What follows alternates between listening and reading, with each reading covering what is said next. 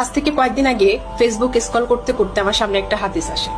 হাদিসটা এমন ছিল যে পৃথিবীর বুকে ভাই বোন যখন কথা বলে তখন উপরওয়ালা ফেরেশতাকে বলে যে সময়কে থামিয়ে দাও। তো তখন আসলে এটার কোনো মর্মার্থ আমি বুঝতে পারিনি।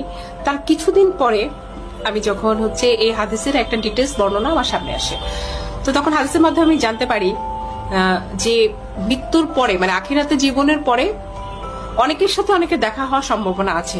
যেমন মার সাথে সন্তানের, বাবার সাথে সন্তানের, স্বামী স্ত্রীর সাথে দেখা হওয়ার পসিবিলিটি আছে, কিন্তু ভাই বোনের সাথে কখনো কোনোদিন কারো আর দেখা হবে না। ভাই বোনের সম্পর্ক পৃথিবীর পর্যন্তই, পৃথিবীর পরে মানে মৃত্যুর পরে আর কখনোই কেউ কাউকে কোনোদিন দেখতে পাবো না।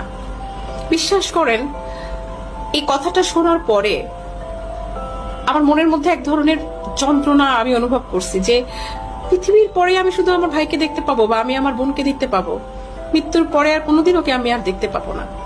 তো এই ক্ষণস্থায়ী জীবনে আমরা অনেকে সম্পত্তির কারণে কিংবা আনুষাঙ্গিক অন্যান্য কারণে আমরা ভাই বোনের সাথে কেউ কারো মুখ দেখি না বা আমাদের সাথে কোনো কথা হয় না, টোটালি কোনো সম্পর্ক নেই, এবং এইভাবে সম্পর্কটা অনেকদিন কন্টিনিউ করে যাচ্ছি।